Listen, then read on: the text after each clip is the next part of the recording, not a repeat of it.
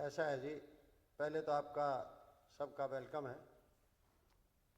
कि आप सभी आए। मैंने ये सुना है कि कई जगह आज पीसी चल रही हैं, तो उसमें से आपने टाइम निकाला। और दूसरी बात मैं कहना चाहता हूँ कि पॉलिटिकल खबरें तो छपती रहती हैं, लेकिन मैंने आज अपने पुराने स्वभाव के हिसाब से और मेरा जो इंटरेस्ट रहा है उसके हिसाब से आज मैं आपके सामने जो हमारी स्टेट यूनिवर्सिटीज़ हैं, हरियाणा गवर्नमेंट यूनिवर्सिटीज़ हैं, 23 यूनिवर्सिटीज़ हैं, 23 यूनिवर्सिटीज़ हैं जो आज के दिन हरियाणा में सरकारी यूनिवर्सिटी का रूप लिए हुए हैं।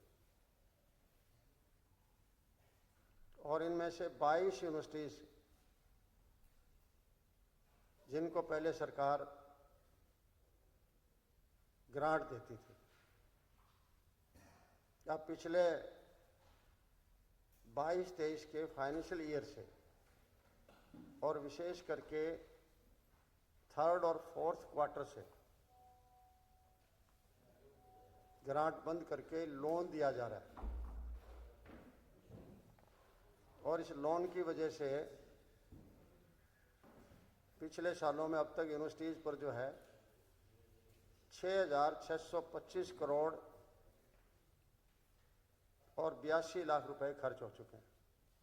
खर्च होने का मतलब है कि यूनिवर्सिटीज़ के ऊपर एक ऋण, एक कर्जा जो है बोझ बन चुका है। संक्षेप में कहना चाहता हूं कि यूनिवर्सिटीज़ कर्जे में डूब रही है। कारण मैंने आपको ये बताया था कि हरियाणा गवर्नमेंट का जो फैसला हुआ पहले 2022-23 में हुआ, ये 29 अप्रैल 2022 को, और इन्होंने लेटर जारी किया 10 यूनिवर्सिटीज़ के लिए कि फर्स्ट इंस्टॉलमेंट के रूप में आपको 147 करोड़ रुपए हम लोन के दे रहे हैं। तो उस वक्त यूनिवर्सिटी के टीचर्स ने, नॉन टीचिंग स्टाफ ने और जो जागरूक नागरिक थे, मैंने भी आवाज़ उठाई थी कि इससे तो यूनिवर्सिटीज़ धीरे धीरे बंद हो जाएगी। तो विरोध देख के सरकार ने उसको ऑर्डर को वापस ले लिया था और कहा यह था इसको ग्रांट इन एड ही माना जाए, लोन ना माना जाए। इसके बाद क्या हुआ,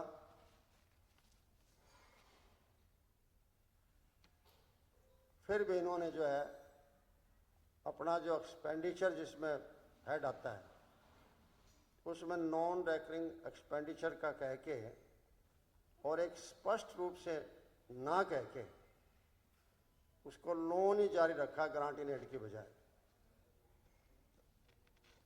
क्योंकि इसमें यह था कि दो हेड्स हैं अलग अलग फाइनेंस डिपार्टमेंट से, जिस हेड से ग्रांट जारी होती है और लोन जारी होता है। तो ग्रांट तो जारी होती है, फाइनेंशियल हेड जो होता है वो 2202 से, और जो लोन जारी होता है वो 6202 या इसे अबो के हेड हैं उनसे जारी होता है। और यूनिवर्सिटीज़ ने जो ये लोन दिया है सरकार ने, इसमें से अब तक जो है 5416 करोड़ रुपए तो खर्च कर चुकी हैं। मतलब पहले बजट एस्टिमेट बनाए, फिर बजट को रिवाइज किया, फिर फंड अलॉट किए और फिर उन्होंने क्वार्टर वाइज खर्चा किया। तो 5416 करोड़ रुपए जो है, 5416 करोड़ रुपए यूनिवर्सिटी खर्च कर चुकी है। और रिमेनिंग अमाउंट है, आई एम श्योर कि फाइनेंशियल ईयर ये जो चल रहा है ख़त्म होगा इतने तक वो रिमेनिंग अमाउंट भी खर्च हो चुकी होगी। मतलब कहने का कि ये साल जो अंत होगा तो कम से कम 6,652 करोड़ 6,625 करोड़ के कर्जे में यूनिवर्सिटी डूबी होगी। अगली बात मैं कहना चाहता हूं आपको कि फिर एक बार 2023 में आवाज़ उठी थी, जब 2022 के लास्ट जो क्वार्टर थे उनको जो लोन में कन्वर्ट किया, फिर आवाज़ उठी और फिर सरकार ने क्या जारी किया उसमें कि हम डायरेक्ट करते हैं यूनिवर्सिटीज़ को कि अपने सोर्सेज खुद जनरेट करें। और जनरेट में मतलब फनी बात क्या आ रही है कि आप पैसा रेज करें, किससे करें? अपने अलुमनाई से, अपने जो एक्स स्टूडेंट रहे हैं, आपके छात्र रहे हैं, उनसे जनरेट करें, CSR से करें, कॉर्पोरेट सोशल रिस्पॉन्सिबिलिटी से। जबकि आपको पता है कॉर्पोरेट हाउसेज खुद अपनी प्राइवेट यूनिवर्सिटी बनाए बैठे हैं। हरियाणा के अंदर काफ़ी प्राइवेट यूनिवर्सिटीज़ हैं जिनको कॉर्पोरेट हाउसेज चला रही हैं। बहुत बड़ी बड़ी यूनिवर्सिटीज़ हैं, 2-3 तो सोनीपत के अंदर ही है। तो जो अपनी खुद यूनिवर्सिटी चला रही हैं वो CSR में आपको पैसा कैसे दे देंगे? और आगे बढ़े कि पब्लिक प्राइवेट पार्टनरशिप, फिर आपकी यूनिवर्सिटी क्या रह जाएगी? अगर आप PPP मोड में आ गए तो फिर सरकारी यूनिवर्सिटी आप कैसे कहोगे उसको? और इससे आगे भी कहा कि रिसर्च से कमाएं, पेटेंट्स दे के कमाएं, और वो जो लैंड आपके पास अब तक बची हुई है सरप्लस, उस लैंड का आप कॉमर्शियल यूज करें। मतलब कितनी एक डेरोगेटरी लैंग्वेज है। और यूनिवर्सिटी जैसे सारी यूनिवर्सिटी है, एग्रीकल्चर यूनिवर्सिटी है, आप लोगों बहुत लोगों ने पुराने में देखी है, 9,000 एकड़ से फालतू जमीन है उनके पास। इसका मतलब क्या है कि जहां वहां 200-400 एकड़ में आपका कैंपस है, उसके बाद जितना बची हुई है वो जमीन का कॉमर्शियल यूज करें। कैसे करें कॉमर्शियल? इसका मतलब यह है कि यूनिवर्सिटी की जो दीवारें सड़क के साथ लगती है वहां दुकानें खोल दें। क्या यूनिवर्सिटी रह जाएगी? क्या कैंपस रह जाएगी? भाई आप यूनिवर्सिटी पर यूनिवर्सिटी खोलने पर क्यों लगे हुए हैं? अगर आपके पास पैसा ही नहीं है तो 23 यूनिवर्सिटीज, इसमें बता दूं, एक यूनिवर्सिटी को अभी ग्रांट मिल रही है, वो है स्पोर्ट्स यूनिवर्सिटी राई। टोटल 23 ही है, मैंने जो 22 का मेंशन किया है, 22 को तो लोन दिया जा रहा है, 23 में एक यूनिवर्सिटी है स्पोर्ट्स यूनिवर्सिटी राई की। और ये जो मुझे आंकड़े मिले हैं ना, ये मिले हैं department wise budget status report. जो डिपार्टमेंट वाइज बजट की स्टेटस रिपोर्ट होती है फॉर प्लान स्कीम्स 2022-23, 23-24 और 24-25 से आंकड़े मिले। गवर्नमेंट इनकार नहीं कर सकती। जिस किसी को वो आंकड़े भी देखने का किसी का इंटरेस्ट है तो मैं वो भी आपको मेल पर भेज दूंगा। मैंने पिछले 1 महीने से इस काम में लगा हुआ था, बार बार मुझे वेरीफाई करना पड़ा। क्या हो रहा है कि आप सैंक्शन लेटर जो जारी करते हैं, उस सैंक्शन लेटर के अंदर आप एक तरफ तो आप लिख रहे हैं लोन हेड, इससे आपको दिया जाएगा, और नेक्स्ट शब्द लिख रहे हैं ग्रांट। अपने आप में कंफ्यूज है ताकि फैकल्टी को पता ना लगे, ताकि नॉन टीचिंग स्टाफ है, मतलब वहाँ का टोटल जो स्टाफ है उनको पता ना लगे। अब ऐसा होगा तो क्या होगा? अगर यही चलता रहा तो यूनिवर्सिटीज़ बंद हो जाएंगी, यही चलता तो यूनिवर्सिटीज़ प्राइवेट हाथों में चली जाएगी, और अगर प्राइवेट हाथों में चली गई तो आज जो इंटेलिजेंट बच्चे हैं, जो निम्न और मध्यम वर्ग के बच्चे हैं, वो कहाँ जाएंगे? सभी लोग तो प्राइवेट यूनिवर्सिटी में जा नहीं सकते। हमारे यहाँ एक लॉ यूनिवर्सिटी है सोनीपत प्राइवेट यूनिवर्सिटी, जिसका सालाना खर्चा मेरे ख्याल में 60-70 लाख रुपए है। कैसे चलेगा काम? जो एक प्राइमरी सेक्टर है एजुकेशन, इसका मतलब है कि आपने उसको खत्म करने का बीड़ा उठा लिया। इसलिए मैं आह्वान भी करता हूं यूनिवर्सिटी टीचर्स को, नॉन टीचिंग स्टाफ को, स्टूडेंट्स को, सोशल एंड पॉलिटिकल ऑर्गेनाइजेशंस को, कि आप एक कदम आगे बढ़ें और fight for the future of the state universities. अब आपने इसमें से कोई बात पूछनी हो, मैंने जो कहना था वो ब्लैक एंड वाइट में आपको दे भी दिया है, क्यों कुछ ऐसी चीज़ें थी, आंकड़े थे, कुछ डेट्स थी, ये ब्लैक एंड वाइट में देना जरूरी था। आई होप कि आपको जो ये चीज़ मैंने दी है एक पब्लिक इशू है, सारी स्टेट का इशू है, उस इशू को जो है ना आप जितना हाईलाइट करेंगे उतना ही जो है स्टेट के लोगों को, खास करके चाहे वो टीचिंग फैकल्टी है, चाहे नॉन टीचिंग फैकल्टी है, चाहे स्टूडेंट्स हैं, और चाहे आगे आज स्टूडेंट्स हैं, चाहे आगे फ्यूचर स्टूडेंट्स हैं, सबको इससे बेनिफिट होगा। क्या सरकार का मकसद इसके पीछे यूनिवर्सिटीज को प्राइवेट हाथों में देना है? मुझे यही लगता है। देखिए, आप एक तरफ तो आप सरकारी यूनिवर्सिटी खोल रहे हैं, आपके सरकारी यूनिवर्सिटी की कोई शेप भी नहीं बनी अब तक। 22 जिले हमारे, 23 यूनिवर्सिटीज हैं। क्या जरूरत थी? अगर आपके पास साधन नहीं है, कोई अकेला यूनिवर्सिटी की थोड़ा ही है, यूनिवर्सिटी के अंदर आपने अगर रिसर्च वर्क कराना और कराना है, जैसे हिसार एग्रीकल्चर यूनिवर्सिटी है जिसके पास 9000 एकड़ जमीन है, उसकी 2 यूनिवर्सिटी और बन गई। एक यूनिवर्सिटी बन गई लाल Lajpat Rai animal science university, 1000 एकड़ जमीन हिसार के बाईपास के ऊपर वहां बना रहे हैं।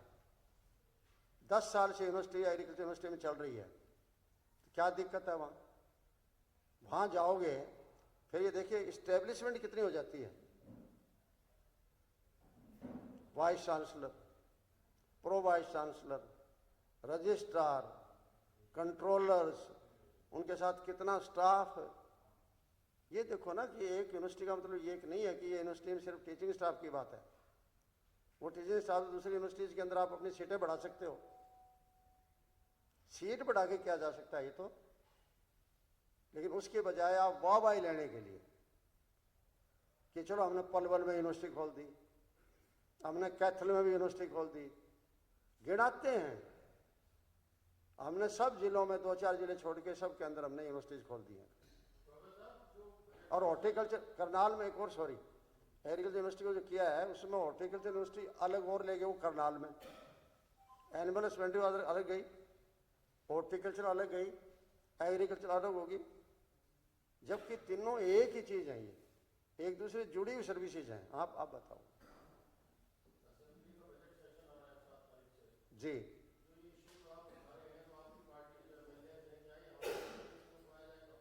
नहीं, I would appeal to them कि वो इस इशू को उठाएं। मैंने लिखा हुआ है इसमें पॉलिटिकल एंड सोशल ऑर्गेनाइजेशंस है, क्योंकि अकेली जुम्मेवारी पॉलिटिकल नहीं, पॉलिटिकल इसलिए है कि दे आर पब्लिक रिप्रेजेंटेटिव, इसलिए उनकी जुम्मेवारी ज़्यादा है। तो मैं तो सोसाइटी के ऑल सेक्शंस को कह रहा हूँ।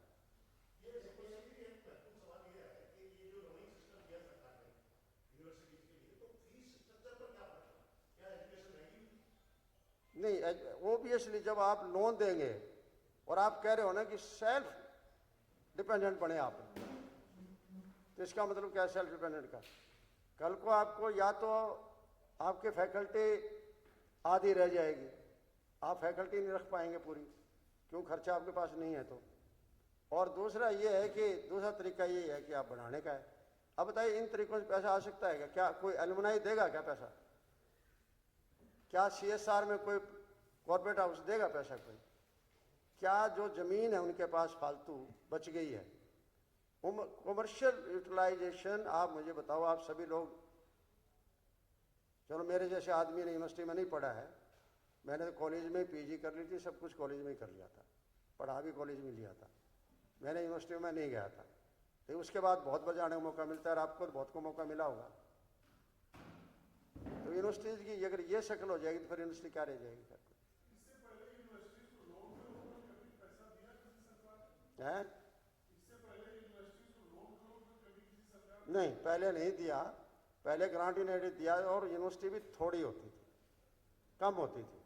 अब यूनिवर्सिटी जिन्होंने इतनी बढ़ा दी पॉपुलरिटी के लिए, एक सिंपल पॉपुलरिटी के लिए कि देखो हमने आपके ज़िले में बना दी, यूनिवर्सिटी बना दी, आपके ज़िले में ये बना दिया, आपके ज़िले में वो बना दिया। और जब बजट की बात कह रहे थे, जैसे मैं कह रहा हूँ भाई, अपील मैं कर रहा हूँ सभी लोगों को अकेले हमारी पार्टी नहीं, दूसरों से भी, क्योंकि देखो जो भी रिप्रेजेंटेटिव पब्लिक का है, ही शुड फील कंसर्न कि जो कुछ हो रहा है उसके बारे में मुझे बोलना चाहिए, मुझे बताना चाहिए, चाहे मेरी सरकार ही हो, चाहे मेरी विरोधी सरकार है या मेरी है। विरोधी तो किसी की होती नहीं, वो स्टेट सरकार होती है, स्टेट गवर्नमेंट होती है। और उसके लिए इशू उठाने के लिए मैं तो कहता हूं कि सभी को इस इशू को उठाना चाहिए।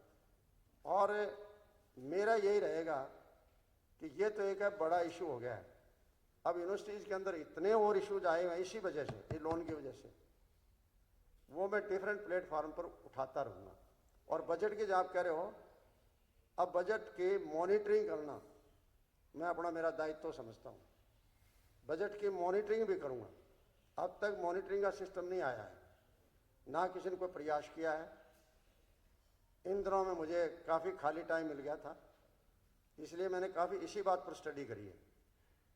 सर, आपकी जो पार्टी है, पार्टी संगठन नहीं है, हाउस में नेता विपक्ष नहीं है, आप लोकल बॉडी इलेक्शन चल रहे हैं, तो क्या हाईकमान से आप लोग इतने सीनियर लोगों को मंत्री आप रहे हैं, तो कैसे मतलब आगे कैसे लड़ाई लड़ी जाएगी? देखिए कई बार क्या होता है, इस चुनाव में क्या हुआ कि पहले जैसे पार्लियामेंट के चुनाव आ गए, फिर असेंबली के चुनाव आ गए, फिर उसके बाद महाराष्ट्र के, झारखंड इनके चुनाव आ लिए, अब ये निगमों के आ लिए। आई होप कि ये चुनाव खत्म होने के बाद जो है, ये चीज़ें जो कमी रह रही है पार्टी की, वो हमारी हाईकमांड जो इसको पूरा करेगी। I hope.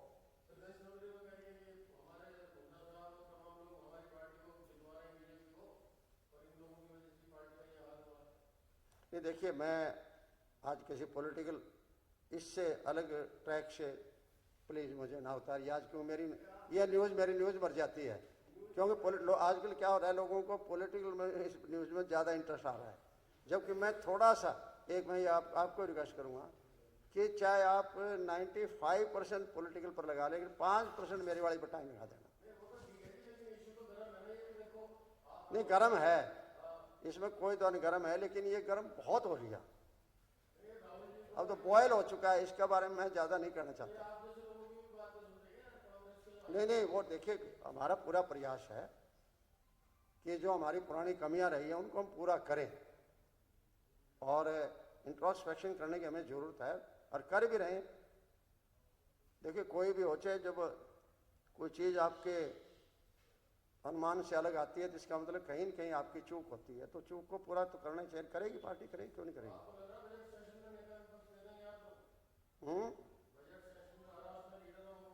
देखो आपने जरूर देखा होगा 91 से 96 अपोजिशन लीडर, जब चौबे बदनाल जी चीफ मिनिस्टर थे, कौन था अपोजिशन लीडर? ध्यान है? किसी को ध्यान नहीं? ओहो, मुझे तो भूल ही गए सारे, फिर तो मैं था उस टाइम।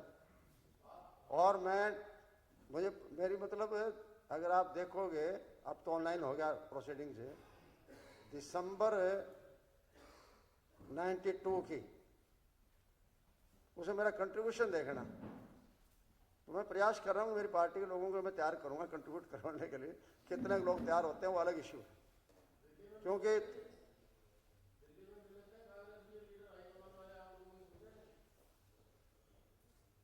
उन चीज़ों को छोड़ो। मैं तो कह रहा हूँ पॉलिटिकल बात जो है ना, मैं नहीं करना चाहता आज। फिर कोई और वो टाइम आएगा, आज स्टार्ट कर दिया है मैंने, तो इसके बाद मिलते ही रहेंगे, करते ही रहेंगे बात कर को। लेकिन आज तो मेरा ये इश्यू है, मैं आपसे रिक्वेस्ट करना चाहता हूँ कि आफ्टर मैनी ईयर्स मैं आपके सामने पेश हुआ हूँ, तो मैं दिया गया स्टेट इशू है तो इसको प्लीज़ जितना हो सकता है आपसे कुछ मेरा भी, कुछ आप अपनी स्टडी भी कुछ जोड़ें, प्लीज़ करें घर।